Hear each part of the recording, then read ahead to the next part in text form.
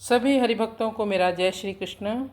हे कृष्ण करुणा सिंधो दीन बंधो जगतपते, गोपेश गोपिका कांत राधा कांत नमस्तुते।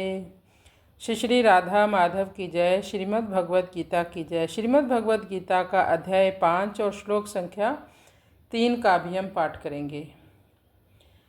ज्ञेय स नित्य सन्यासी यो न द्वेष्टि न कांक्षति, निर्द्वंद्वो हि महाबाहो सुखम बंधात् प्रमुच्यते।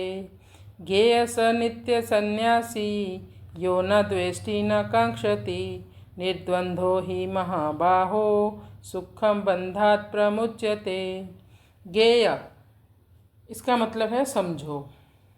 ऐसा कर्मयोगी जो न द्वेष्टि न कांक्षति, ना किसी से कोई द्वेष करता है, ना किसी भौतिक आकांक्षा से प्रेरित होकर कोई कार्य ही करता है, तो ऐसे कर्मयोगी को भी सन्यासी ही समझना चाहिए। सन्यासी का मतलब कोई वस्त्रों से नहीं लगाना चाहिए कि जिसने गेरुए वस्त्र पहन रखे हों वही सन्यासी है। नहीं नहीं, ऐसा नहीं।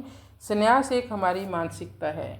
यदि कोई व्यक्ति अपने कर्म के फलों से अनासक्त है, कर्म फल से कोई बंधन नहीं है उसको, उसमें कर्तापन का कोई अभिमान नहीं है, सन्यासी के हृदय का भाव स्पष्ट है कि अपने लिए तो कोई भी कार्य करना ही नहीं, उसको सभी कर्म भगवान के लिए ही करने हैं, अपने लिए कुछ नहीं करना। भगवान ऐसे व्यक्ति को समझो, वो भी नित्य सन्यासी है। भगवान ने कहा ऐसे व्यक्ति को भी समझना चाहिए कि वो नित्य सन्यासी है। जो ना द्वेष्टि न कांक्षति, निर्द्वंद्वो ही महाबाहो। निर्द्वंद है यानी मान अपमान सुख दुख इनसे ऊपर उठ चुका है। इस प्रकार के जो द्वैत भाव हैं इनसे जो मुक्त हो गया है, अपने बारे में जो ज़्यादा आकांक्षा नहीं करता, किसी से ईर्ष्या नहीं करता, ऐसे व्यक्ति को समझना चाहिए सुखम बंधात प्रमुच्यते। बड़ी आसानी से संसार सागर को वो पार कर सकता है, बंधन से मुक्त हो जाता है ऐसा व्यक्ति। फिर ऐसा कर्मयोगी भी सन्यासी ही है। तो फिर जो अर्जुन का प्रश्न था कि दोनों में से श्रेष्ठ कौन सा कर्म है, एक्चुअली ये प्रश्न ही गलत है। दोनों ही श्रेष्ठ हैं, यानी संन्यास मार्ग से जाओगे तो भी मुक्त हो जाओगे, कर्म मार्ग से जाओगे तो भी मुक्त हो जाओगे। बस बात इतनी ही समझो अर्जुन, ये जो कर्म संन्यास योग का मार्ग है ये बिरले लोगों द्वारा ही संभव है, इसको कोई कोई ही कर सकता है। और कर्मयोग आसान होने के कारण सामान्य जनों के लिए सुलभ है। फिर अर्जुन ने कहा फिर क्या श्रेष्ठ है? तो भगवान ने उत्तर में कहा कि ठीक है, यदि तुम जानना ही चाहते हो तो ज्ञान मार्ग श्रेष्ठ है, कर्मयोग विशिष्ट है, लेकिन फिर भी इनको अलग अलग नहीं समझना चाहिए।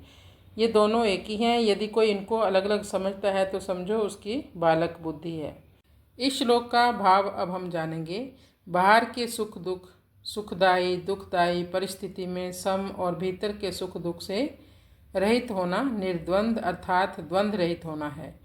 ताद आत्मा में चेतन अंश की मुख्यता से जिज्ञासा रहती है और जड़ अंश की मुख्यता से कामना रहती है। मनुष्य में भूख तो अविनाशी तत्व की रहती है, पर रुचि नाशवान की रहती है, क्योंकि अविनाशी की भूख को वह नाशवान के द्वारा मिटाना चाहता है। भूख और रुचि का यह द्वंद्व मनुष्य के संसार बंधन को दृढ़ करता है। जब मनुष्य के संसार में राग द्वेष नहीं रहता तब उसकी जिज्ञासा पूर्ण हो जाती है और कामना मिट जाती है, अर्थात वह निर्द्वंद हो जाता है।